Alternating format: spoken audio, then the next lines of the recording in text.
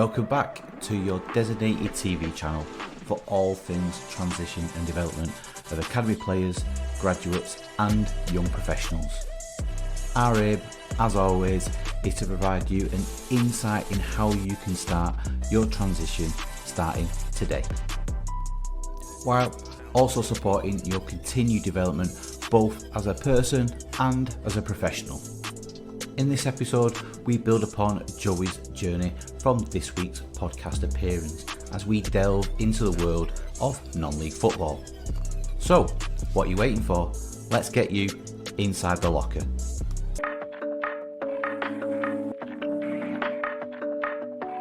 Number 1, clubs. So, in non-league, although they're supposed to be semi-professional, quite a lot are still professional. Many of those are ones who have dropped out of the Football League. We're just going to cover just a few. First up, Notts County, the oldest club in football, currently 5th and play their games at Meadow Lane with an average attendance around 10,000 fans. Next up, Southend United, or as commonly known as the Shrimpers. They're currently 23rd in the division. They play their games at Roots Hall and they average attendance around 6,000. Next up, Stockport County, who play their games at Edgeley Park, were recently relegated from the Football League in 2011 and their average attendances are around 7,000 fans. Last but by no means least, Wrexham, recently bought by Ryan Reynolds. They play their games at the Racecourse Ground and they average of attendance of around 8,000 fans.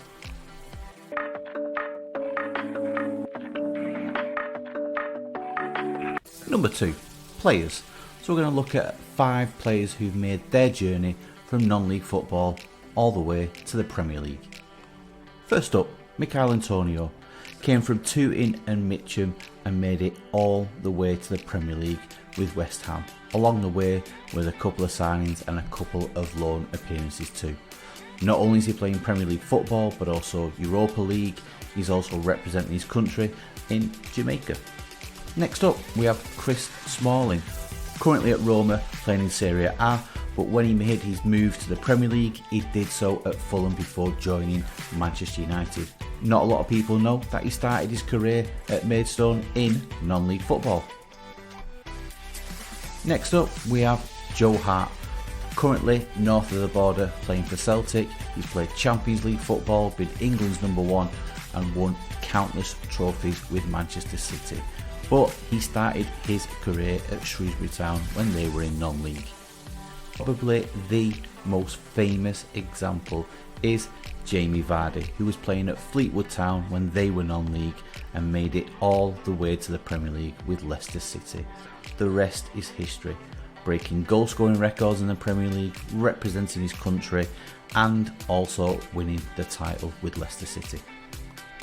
Last but not least, we have Jimmy Bullard, who started his career at Gravesend and North Fleet, made his way via West Ham all the way to the Premier League with Wigan Athletic and represented a number of Premier League clubs, as well as now appearing on Soccer AM.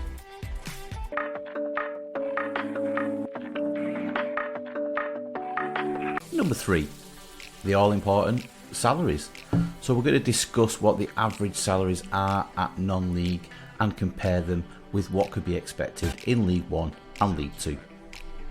Probably one of the most highly publicised one was when Adam Rooney made the move from Aberdeen down to Salford City.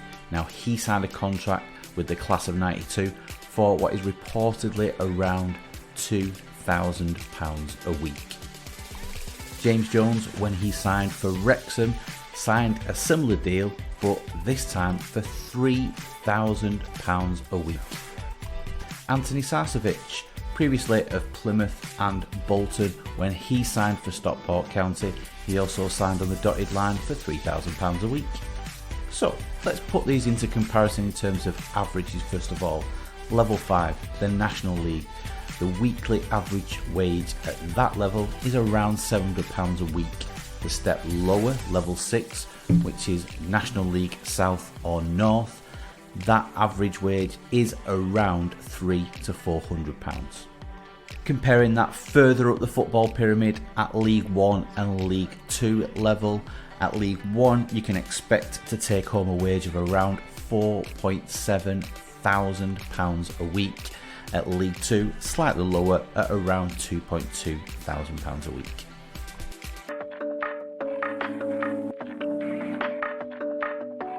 Thanks again for tuning in.